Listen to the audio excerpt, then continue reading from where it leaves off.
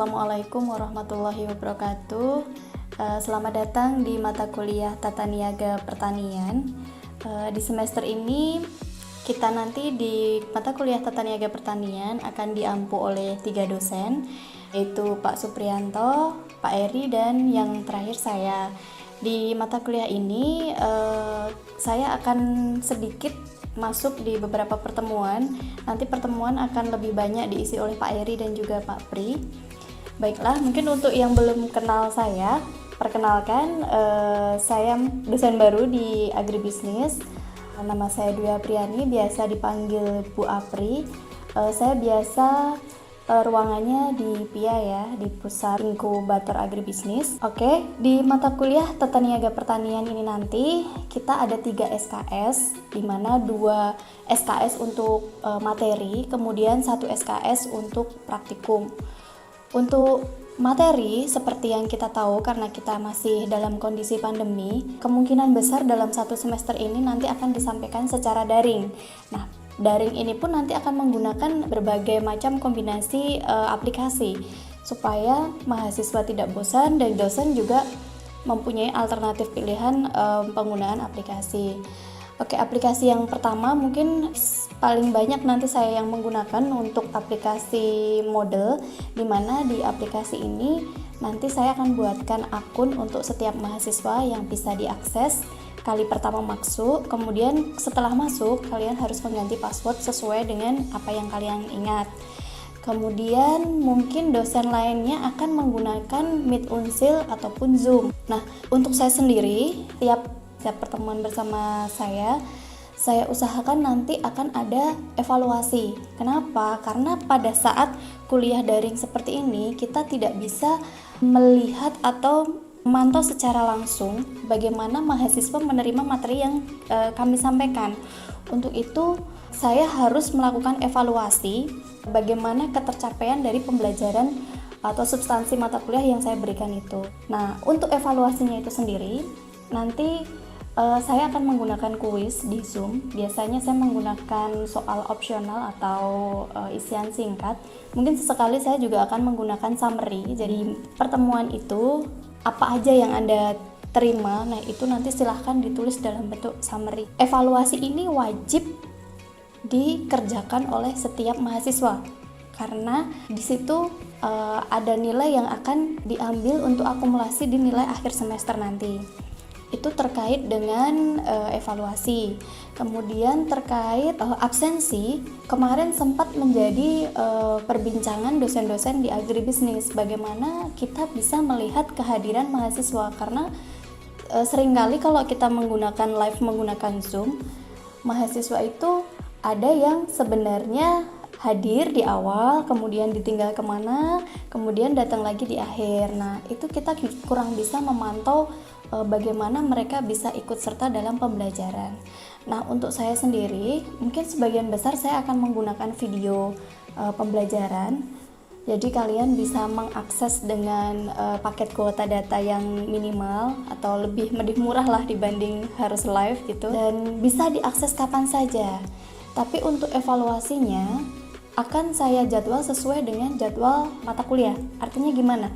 Jadi soal-soal evaluasi itu hanya bisa diakses pada jam di mana jadwal Tata Niaga Pertanian dijadwalkan. Terkait materi video ini nanti akan saya berikan dalam bentuk link dan hanya bisa diakses melalui Moodle. Jadi kalian harus login dulu. Setelah login, masuk ke linknya baru melihat di YouTube. Nanti kalian bisa memberikan komentar, masukan di dalam kolom komentar YouTube jika dalam pembelajaran ada hal-hal yang ingin kalian sampaikan, atau bisa juga di kolom chat di Moodle apabila ada pertanyaan, jadi bisa disampaikan di sana. Gitu ya, terkait proses pembelajaran. Oke, tadi 2 SKS untuk kegiatan materi. Sementara itu, 1 SKS adalah praktikum. Di sini saya sudah membuatkan panduan untuk praktikumnya. Ini nanti akan dikumpulkan di akhir semester. dan nilainya berdiri sendiri sebanyak 1 SKS, di mana secara umum kalian harus membuat video. Videonya kontennya adalah tentang isi dari tata niaga pertanian itu sendiri. Jadi kalian bisa menentukan komoditas apa yang dipilih, dan ini dilakukan secara berkelompok. Kami tidak mengharuskan Anda ke lapangan mencari gambar real secara langsung. Nanti bisa videonya itu dalam bentuk dibuat semacam animasi bergerak, atau bisa juga mencari data-data di internet, video yang digabungkan lagi menjadi sebuah video lagi, seperti itu. Nanti bisa disampaikan setelah pertemuan yang pertama ini. Oke ya, langsung saja. Untuk materi yang pertama, kemarin PPT sudah diberikan oleh Pak Pri, dan Anda sudah diminta untuk mempelajari sebelumnya. Dan di akhir dari pertemuan dengan saya di video ini, nanti kalian harus mengerjakan kuis di dalam model. Saya akan sedikit saja menjelaskan mengenai materi yang telah disampaikan oleh Pak Pri kemarin menggunakan PPT dan juga PDF ya. Mungkin saya harap sih sebagian besar sudah membacanya, jadi nanti ketika saya menyampaikan, kalian sudah nyambung karena sudah membaca materinya. Oke, tapi kalau misalkan ada yang belum baca, boleh setelah melihat video saya ini silahkan dibaca kembali ya materi yang disampaikan di minggu lalu, karena kita nanti setelah ini akan ada kuis, dan kuis itu ada waktunya, jadi kalian tidak bisa mengerjakan dalam kurun waktu di luar ketentuan. Misalkan saya dalam 10 soal hanya memberikan waktu 20-30 menit, hanya di waktu itu saja Anda bisa mengerjakan. Lebih dari itu sistem akan dengan sendirinya tertutup. Artinya apa? Kalian tidak bisa melanjutkan soal. Oke ya, langsung aja masuk ke materi. Materi yang pertama sebenarnya kemarin adalah pendahuluan. Jadi pendahuluan di sini adalah kita ingin menyampaikan apa yang dimaksud dengan tata niaga itu sendiri. Tata niaga pertanian itu sangat erat kaitannya dengan kegiatan ekonomi. Kedua hal ini adalah sesuatu yang tidak dapat dipisahkan. Nah, kegiatan ekonomi itu sendiri ada 3 kegiatan utama, yaitu produksi, konsumsi, dan juga distribusi. Antara produsen dan konsumen itu ada satu yang menghubungkan, yaitu distributor atau dalam hal ini pedagang. Produsen diartikan sebagai seseorang yang mampu memproduksi suatu barang atau jasa, atau seseorang yang kalau pada zaman dahulu adalah berburu itu menangkap makhluk hidup, itu bisa disebut juga sebagai produsen. Nah, sementara distributor itu adalah si pelaku yang menghantarkan barang dan jasa itu kepada konsumen. Siapa itu konsumen? Konsumen adalah orang yang mengkonsumsi barang dan jasa yang telah dihasilkan oleh produsen. Dalam perkembangannya, perekonomian mengalami beberapa tahap. Tahap yang pertama yaitu Savageri, di mana pada saat Savageri ini makhluk hidup dia mendapatkan makanan masih dengan cara hidupnya itu berburu binatang-binatang liar, kemudian hidupnya tidak menetap, jadi dari satu tempat ke tempat yang lain dia berburu dan meramu, kemudian belum mengenal cara bercocok tanam, jadi masih pindah-pindah dari satu hutan ke hutan yang lain, kemudian mereka memburu binatang, masih berpindah-pindah. Nah, masuklah di fase yang berikutnya, yaitu fase agriculture, di mana kebutuhan manusia masih terbatas, di mana ditinjau dari aspek jumlah maupun keragamannya. Namun pada fase ini sudah ada aktivitas bercocok tanam yang sederhana. Jadi manusia itu sudah mulai ada kebutuhan, tapi belum sebanyak sekarang. Mereka sudah mulai bisa sedikit-sedikit untuk bercocok tanam. Selanjutnya adalah fase agriculture dan manufaktur. Di fase ini sebenarnya adalah fase peralihan, karena pada saat ini manusia itu sudah mulai mengenal cocok tanam dengan lebih baik, lebih baik dari yang kemarin ya.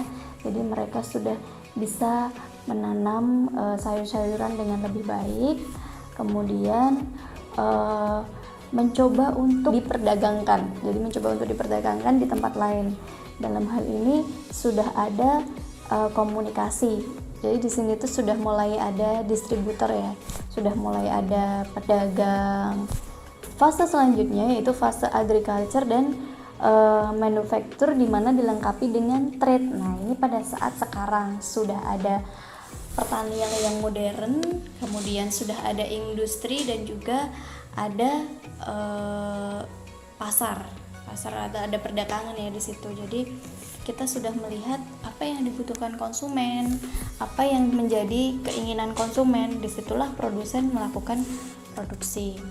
Terkait dari aktivitas produksi itu sendiri, seorang produsen mempunyai motif, dalam hal ini terdapat dua motif ya.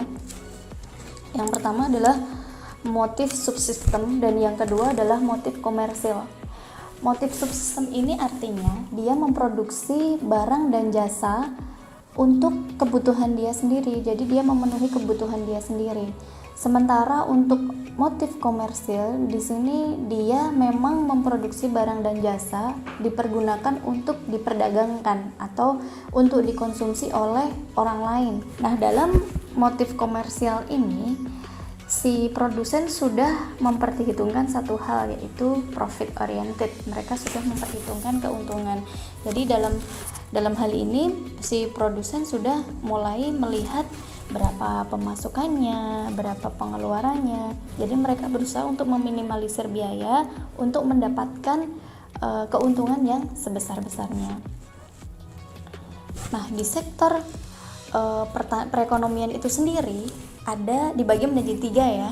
Di sektor perekonomian masih dibagi lagi menjadi 3, yaitu sektor perekonomian primer, yang kedua sektor perekonomian sekunder, dan sektor perekonomian tersier. Di sektor perekonomian primer di sini adalah sektor yang baku, yang masih raw, jadi bahan baku utama misalkan di bidang pertanian, di bidang pertambangan, karena dia berbasis langsung pada sumber daya alam ya.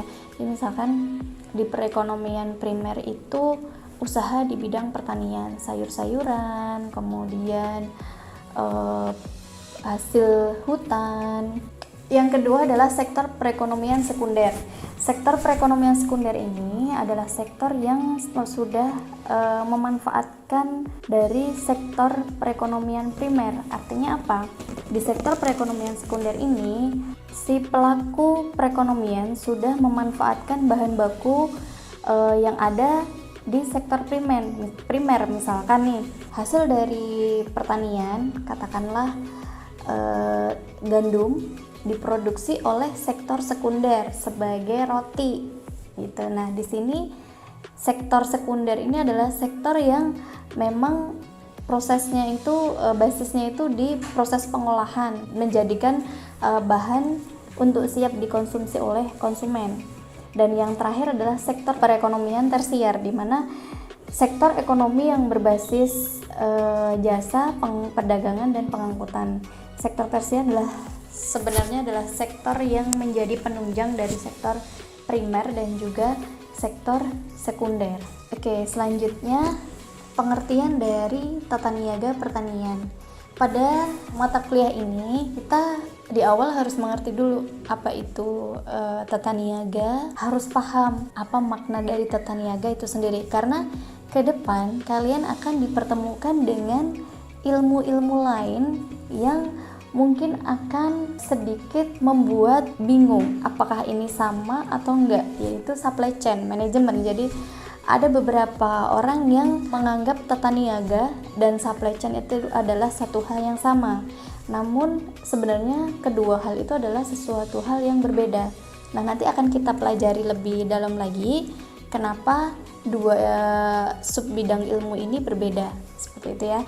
Nah, kita masuk ke definisi tata niaga pertanian, di mana tata niaga ini sebenarnya dalam arti sempit diartikan sebagai distribusi barang dan jasa mulai dari titik produksi sampai ke titik konsumsi. Jadi artinya dia adalah perjalanan atau menceritakan tentang perjalanan produksi dari tempat produksi ke tempat konsumsi atau distribusi. Sementara itu, dalam arti luas, tata niaga diartikan sebagai suatu gugus kegiatan usaha dan niaga dalam proses distribusi barang dan jasa dari titik produksi sampai ke titik konsumsi. Di sini yang perlu kita garis bawahi yaitu gugus kegiatan usaha dan niaga atau rangkaian dari kegiatan usaha. Apa? Berarti di situ ada pengangkutan, bongkar muat, kemudian pengolahan, peningkatan nilai tambah, dan penyampaian informasi, pemesanan, seperti itu. Selanjutnya, aspek tata niaga itu sebenarnya sangatlah luas. Di antaranya jual beli. Jual beli di sini kita akan melibatkan penjual, pembeli, pasar, dan di sini terjadi kegiatan perpindahan hak milik antara si penjual dan si pembeli. Selain itu juga ada kegiatan pengangkutan, pengolahan, penyimpanan, pembiayaan, regulasi, kebijakan. Semuanya itu akan menimbulkan biaya, sehingga seringkali ada semacam penelitian atau observasi seorang peneliti untuk melihat seberapa banyak sebenarnya ini biaya yang ditimbulkan dari aktivitas distribusi ini gitu. Oke. Tata niaga itu adalah sebuah kegiatan yang produktif. Kenapa dianggap produktif? Karena di situ ada penciptaan dan juga penambahan nilai guna suatu barang. Dua hal ini adalah kata kunci yang berbeda. Dalam tata niaga itu pasti ada penciptaan dan juga ada aktivitas penambahan nilai guna. Yang dimaksud dari penciptaan adalah membuat sesuatu hal yang sudah ada menjadi lebih baik atau membuat sesuatu yang belum ada menjadi ada, atau secara mudahnya mengubah barang yang sebelumnya tidak berguna menjadi barang yang lebih berguna. Nah, sedangkan nilai tambah itu adalah aktivitas meningkatkan nilai kegunaan suatu barang. Artinya apa? Sebelumnya sudah ada kegunaan suatu barang ini, tapi dia ditingkatkan kegunaannya. Misalkan sebelumnya ada satu komoditas, sebagai contoh misalkan keripik katakanlah. Singkong sebelumnya memiliki nilai guna sebagai makanan umbi-umbian yang dia bisa menggantikan makanan karbo yaitu nasi ya. Tapi seiring berjalannya waktu ada proses diversifikasi pangan di mana si produsen bisa mengubah atau menambah nilai gunanya menjadi makanan lain, misalkan keripik, kemudian bisa juga makanan yang lainnya. Dan contoh lainnya masih banyak sekali, nanti bisa dicari sendiri. Kemudian masuk ke kegunaan barang. Jadi kegunaan barang ini dibagi menjadi 4 hal, yaitu kegunaan bentuk, kegunaan tempat, kegunaan waktu, dan kegunaan pemiliknya. Oke, kegunaan barang ya, tadi ada 4.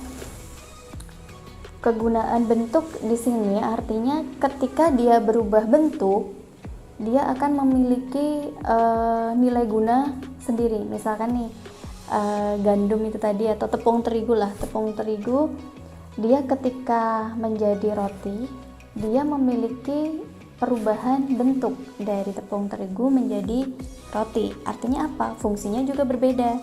Yang kedua, kegunaan tempat. Kegunaan tempat ini misalkan petani di pedesaan memproduksi sayur-sayuran di daerah pedesaan dan dijual ke daerah perkotaan, di mana konsumen di perkotaan tidak dapat memproduksi sendiri sayur-sayuran tersebut. Nah, dalam hal ini sayuran itu telah memiliki kegunaan tempat karena mampu memenuhi kebutuhan konsumen yang berada di kota. Yang ketiga, kegunaan waktu.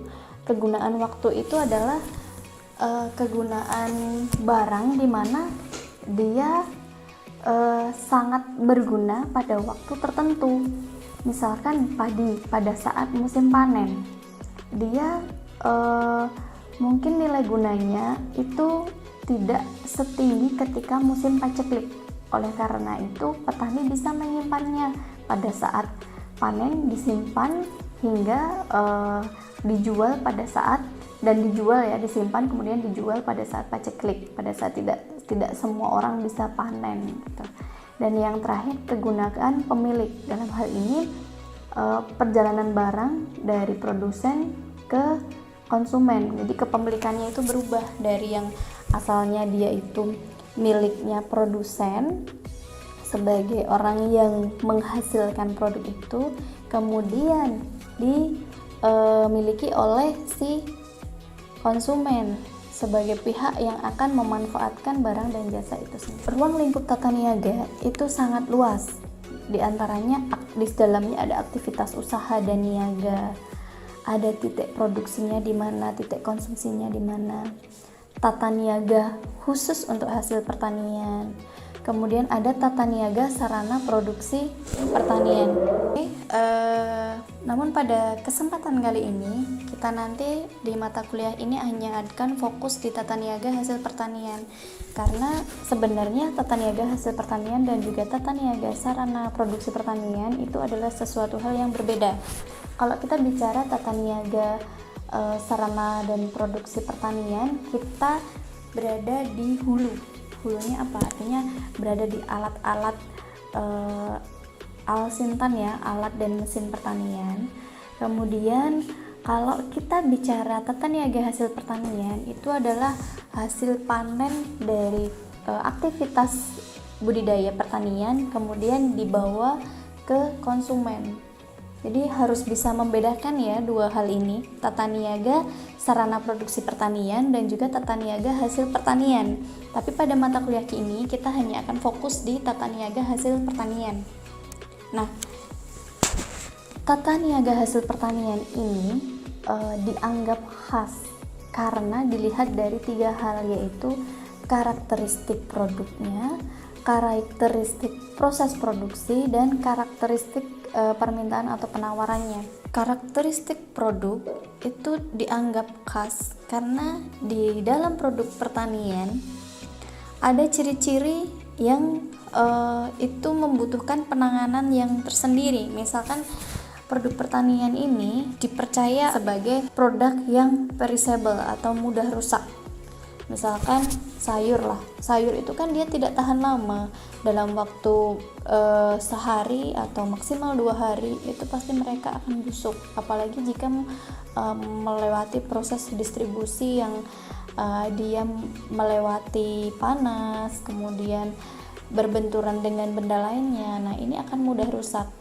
Yang kedua, voluminous atau ambai. Ambai di sini maksudnya adalah dia itu bentuk atau fisiknya itu besar, tapi nilainya kecil.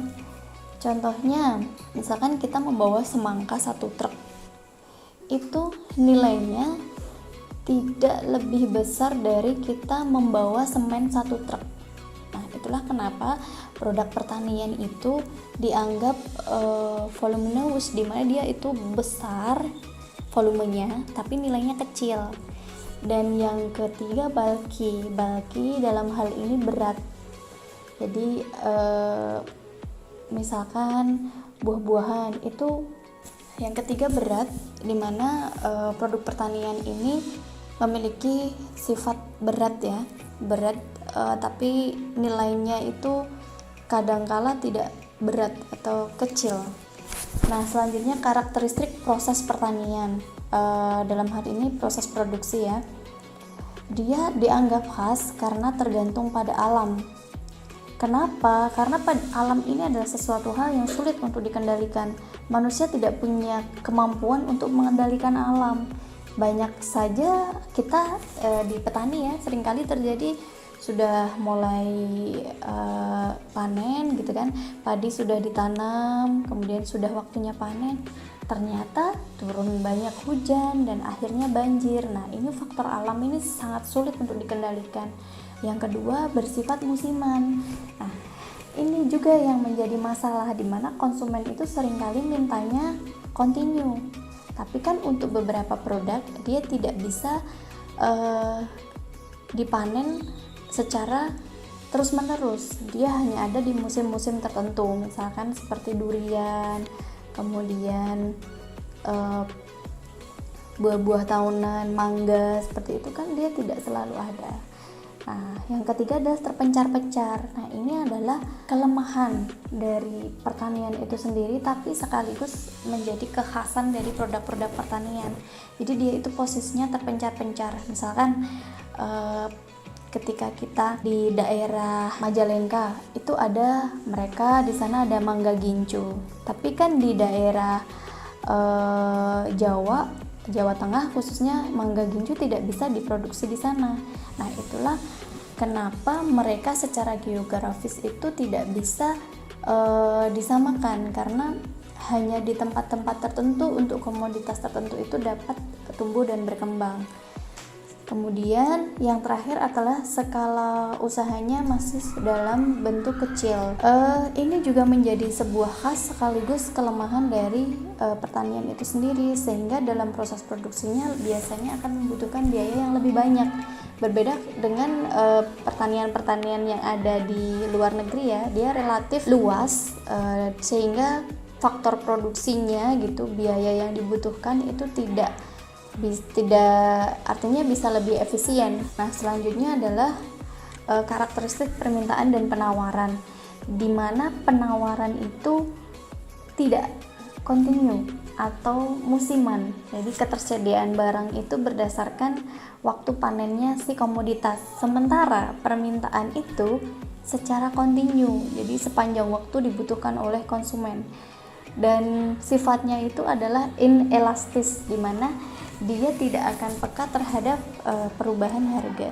Nah, ada pun beberapa masalah dalam tata niaga hasil pertanian. Di antaranya tadi kekhasan dari produk, yaitu karakteristik produknya yang dia bulky, amba, dan perishable. Itu sebenarnya adalah sebuah masalah yang sebaiknya harus ada tindakan-tindakan tertentu untuk menangani dari problematika karakteristik produk itu sendiri. Misalkan produk yang mudah rusak, nah itu harus dikendalikan. Kenapa? Kalau tidak dikendalikan nanti akan menimbulkan kerugian bagi si produsen, dan di tingkat konsumen tentunya dia tidak akan dapat terpuaskan karena kebutuhannya tidak terpenuhi.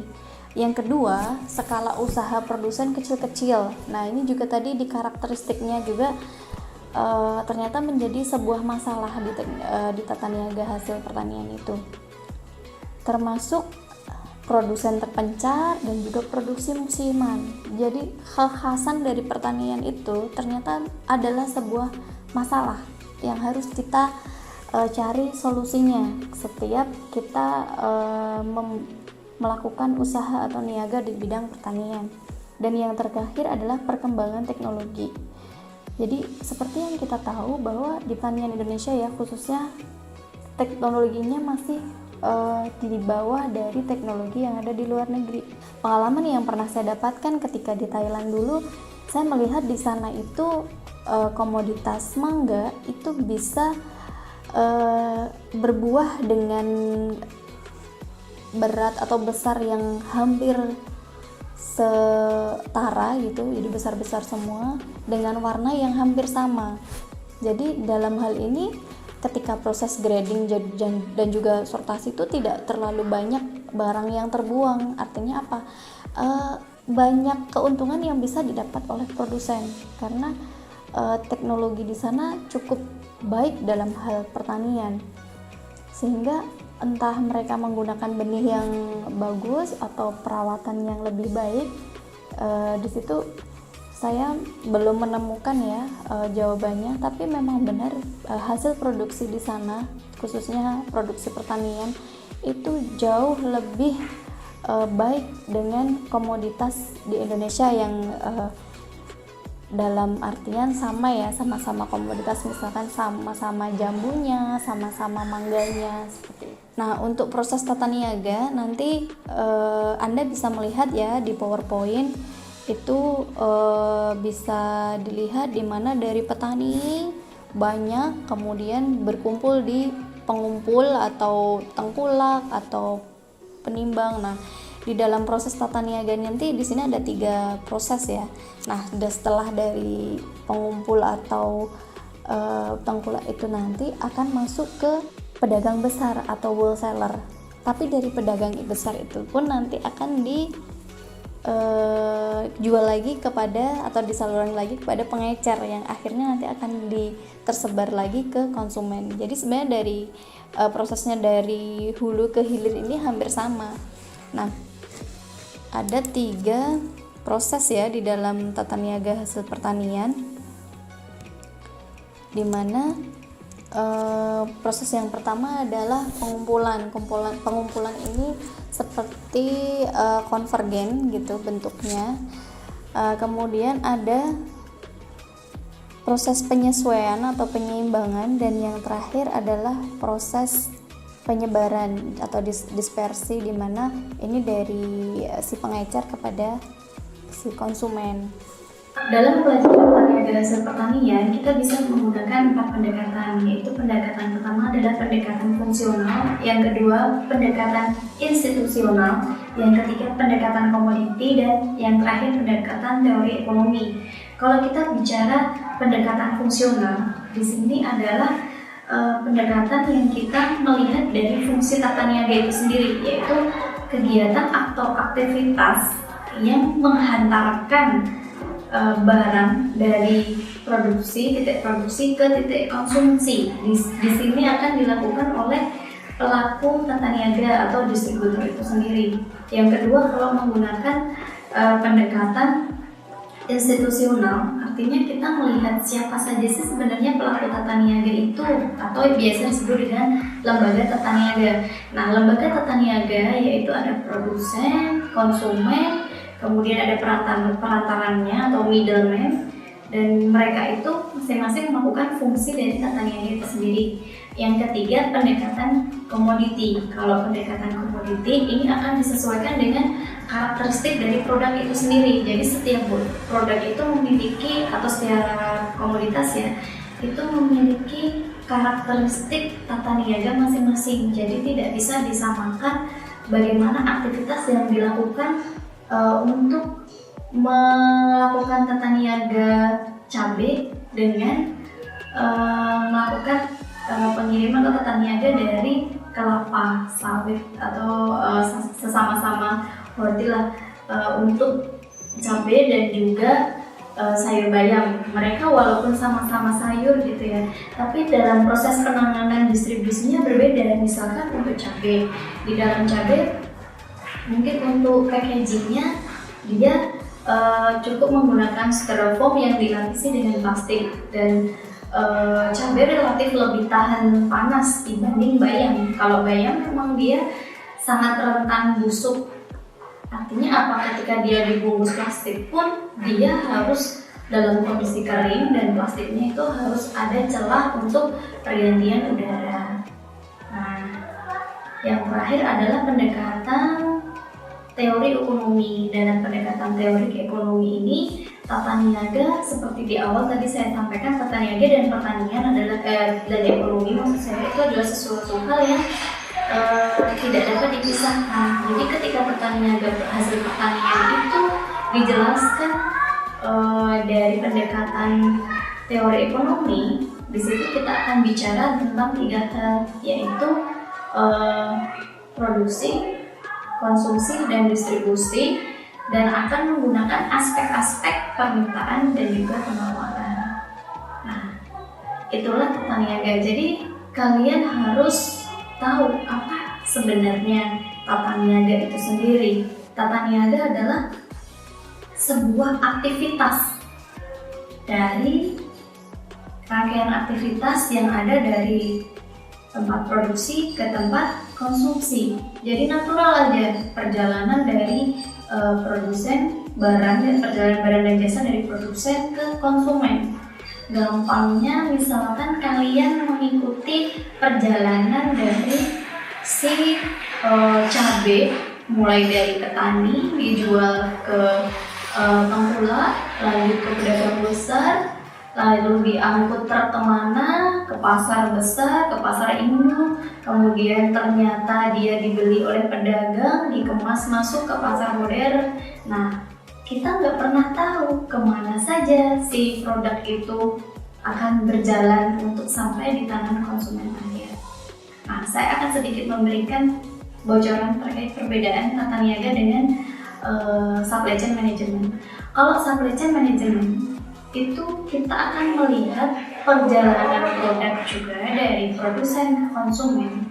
Namun kita sudah tahu siapa saja lembaga atau tingkatan rantai yang terlibat, misalkan dari petani, kemudian kelompok tani, perusahaan, masuk ke retail.